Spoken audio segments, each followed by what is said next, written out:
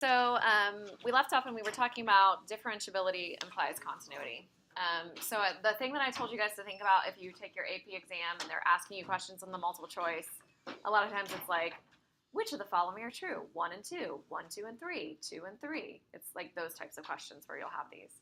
And I said the thing to keep in the back of your mind is an absolute value function because this is a continuous function, but we say it's not differentiable at that corner. So at the vertex, which is at x equals 0.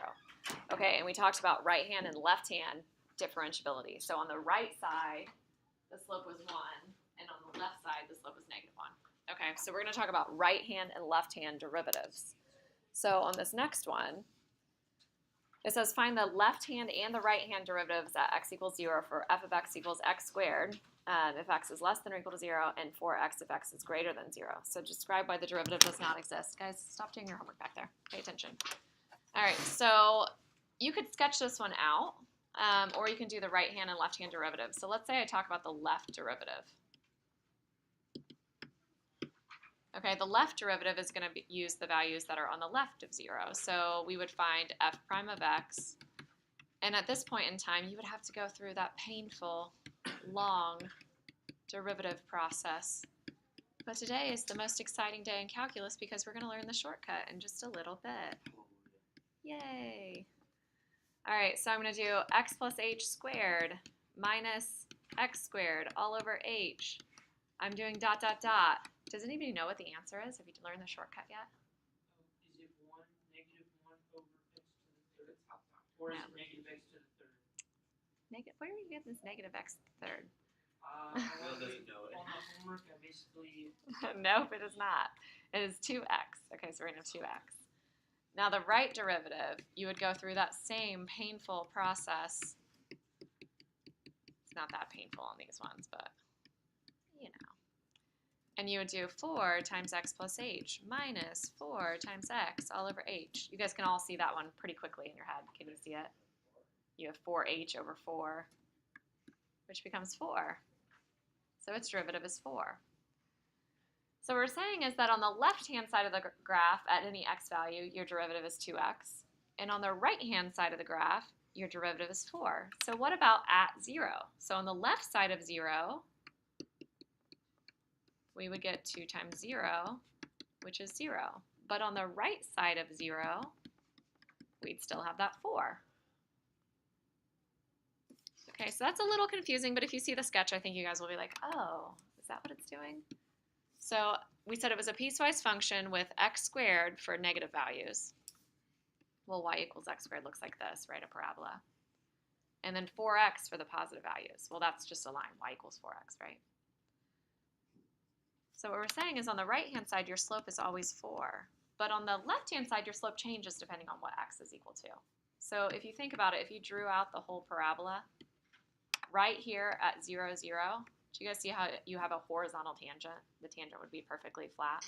So your slope is getting less steep, less steep, less steep, and then it's finally tapering off to a slope of 0. But they're not the same on the right and the left. So when that happens, we can't talk about the derivative at exactly x equals 0. So the derivative, or the slope, at x equals 0, it's undefined.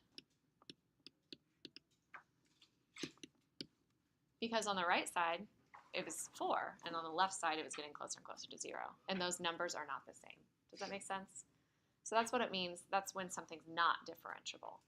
Okay, so things are not going to be differentiable when there's corners, like the absolute value function, right? Corners. Or sometimes we talk about something called a cusp. This would be a cusp.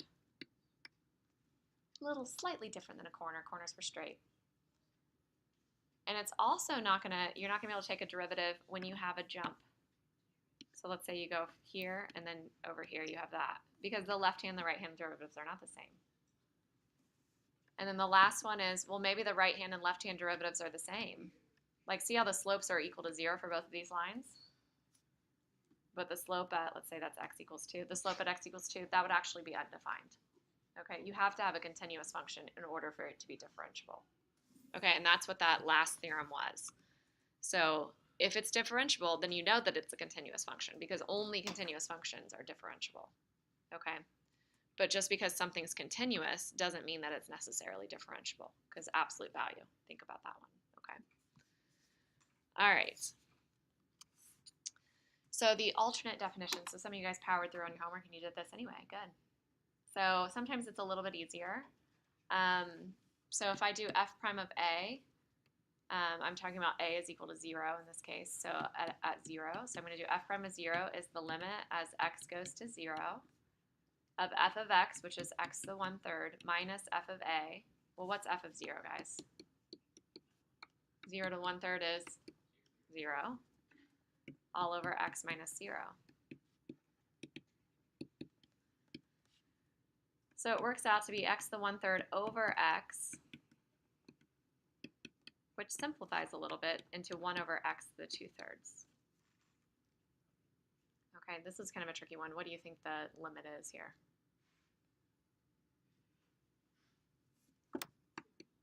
Not 0, it's undefined, right? Because you get 0 on the bottom. So the slope at x equals 0 is actually undefined. And the reason is because if you have f of x equals x to the 1/3, that's like the cube root of x, right? Does anybody know what the cube root of x looks like as a graph? Oh, yeah, what do you think? Part of it looks like this. So Grant says this. And then Emerson's helping. He's coming in for the assist. It looks like it's the inverse of x cubed. So it's like x cubed on its side, kind of. So it looks like that. Because if you take a negative number and you take the cube root of it, it's still negative. Like you would have the point -8, -2 on your graph, right? And you'd have 8, 2 as well. Okay, this is a good graph to keep in mind. I didn't draw it very well. Let me try one more attempt here. Because what happens is temporarily your slope right here at 0, straight up and down. So if I drew a tangent line in, it would be a vertical line. And the slope of a vertical line is undefined, right? So that's what's happening right there.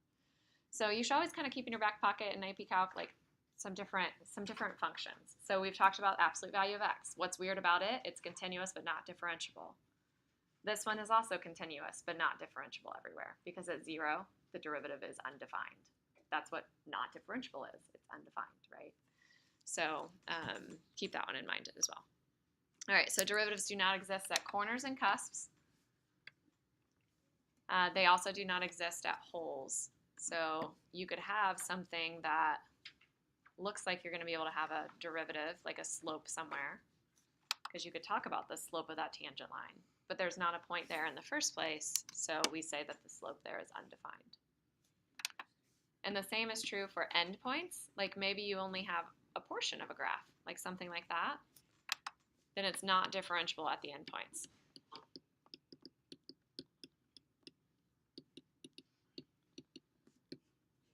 And that goes back to our right and left-hand thing. There is no right derivative in that case. And on the left side, there's no left derivative, right? So we need them to be the same. Emily, put it away, please. All right, does that make sense? You guys feel pretty good about that? All right, so finish that last homework question, then we're going to move